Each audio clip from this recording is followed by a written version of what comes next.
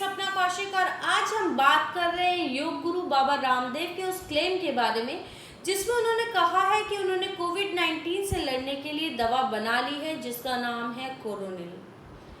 जबकि आयुष मंत्रालय ने उनके इस क्लेम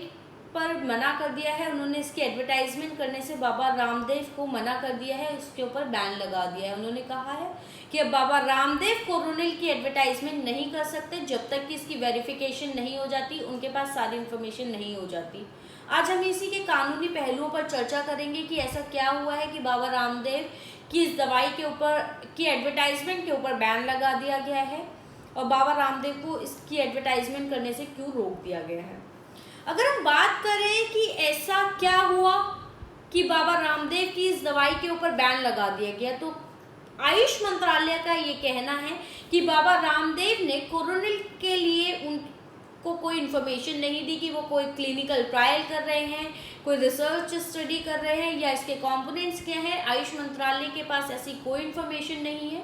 आयुष मंत्रालय का कहना है कि बाबा रामदेव ने कोई रजिस्ट्रेशन नहीं करवाया है और गाइडलाइंस को फॉलो नहीं किया है। जो गाइडलाइंस आयुष मंत्रालय ने 21 अप्रैल 2020 को एक नोटिफिकेशन इशू की थी जिसमें उन्होंने कहा था कि कंपनीज को उन्होंने प्रमोट किया था कि कंपनीज ट्रेडिशनल तरीके से आयुर्वेदिक दवा बनाने के ऊपर ध्यान दें, स्टडी करें कि किस तरीके से कोरोना से लड़ने के लिए कोई आयुर्वेदिक दवा बनाई जा सकती है। बाबा रामदेव का कहना है कि उन्होंने इसी से प्रेरित होकर ये दवा बनाने के बारे में सोचा, ये दवाई बनाई और आयुष मंत्रालय को उन्होंने सारी इन्फॉर्मेशन दी है कि उन्होंने कहाँ क्लिनिकल ट्रायल्स किए हैं, किन लोगों पर किए हैं और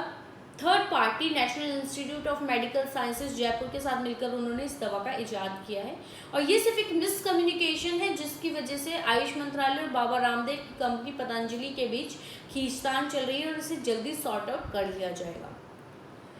आयुष मंत्रालय ने 21 अप्रैल 2020 को एक नोटिफिकेशन इश्यू किया था जिसमें उन्होंने रिक्वायरमेंट्स बताई थी कि किस तरीके से क्या रिक्वायरमेंट्स हैं, क्या गाइडलाइंस हैं जिसके तहत कंपनीज आयुर्वेदिक दवा कोरोना से लड़ने के लिए बनाने की दिशा में काम करें।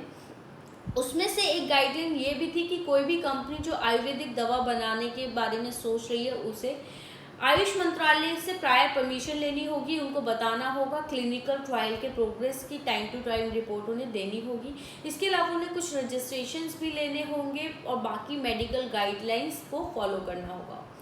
आयुष मंत्रालय का कहना है कि बाबा रामदेव ने इन गाइडलाइंस को फॉलो नहीं किया है। हालांकि इसके उलट बाबा रामदेव का कहना है कि उन्होंने ये क्लिनिकल ट्रायल 2 फेजेस में किया है, क्लिनिकल कंट्रोल स्टडी और क्लिनिकल कंट्रोल ट्रायल, जिसमें उन्होंने 280 लोगों के ऊपर दिल्ली, मेरठ और अहमदाबाद जैसे शहरों में इसके ऊपर परीक्षण किया, क्लिनिकल ट्रायल किया, जिसमें से कि 69% लोग तो सिर्फ 3 दिनों में ठीक हो गए और इसका 100%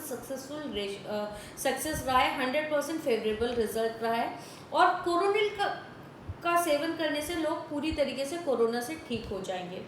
कोरोनिल की कीमत जो है वो बाबा ने रखी है 545 रुपीज़ और ये एक किट है जिसके अंदर 3 दवाइयाँ आती हैं और ये 30 दिन के लिए एक पैक के अंदर आती है, 30 दिन का ये पैक है।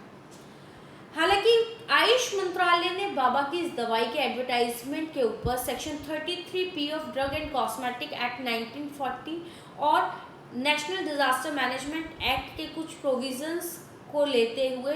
बाबा रामदेव को इसकी एडवर्टाइजमेंट करने से मना कर दिया है, बैन लगा दिया है कि section 33P of drug and cosmetics act 1940 और नेशनल डिजास्टर मैनेजमेंट एक्ट के अंदर बाबा रामदेव अब अपनी दवाइयों का प्रचार प्रसार नहीं कर सकते, एडवर्टाइजमेंट नहीं कर सकते जब तक कि उनको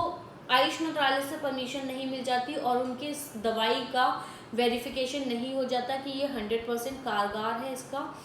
इसके अलावा आयुष मंत्रालय ने बाबा से कुछ जानकारियां भी मांगी हैं कि क्या बाबा ने ये जो दवाई बनाई है इसके कंपोनेंट्स क्या हैं, उनके नाम क्या हैं,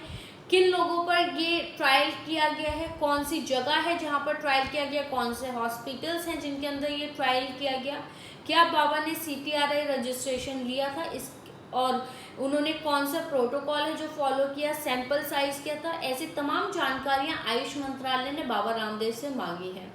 हालांकि इसके उलट बाबा रामदेव का कहना है कि वो सारी जानकारियां आयुष मंत्रालय को दे चुके हैं और ये एक सिर्फ मिसकम्युनिकेशन का मामला है और बाबा रामदेव इस जानकारियों को फिर से आयुष मंत्रालय को देने के लिए तैयार है,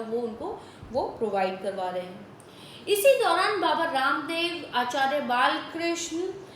साइंटिस्ट अनुराग वार्ष्णेय और NIMS national institute of medical sciences के चेयरमैन बलबीर सिंह तोमर के अगेंस्ट जयपुर के अंदर FIR हो चुकी है। इसके अलावा बाबा रामदेव, आचार्य बालकृष्ण और कुछ लोगों के ऊपर बिहार के मुजफ्फरपुर में भी कोर्ट कंप्लेंट हो चुकी है। आपको ये वीडियो कैसा लगा और आप किन और मुद्दों पर वीडियोस चाहते हैं, प्लीज़ कमेंट सेक्शन में बताएं।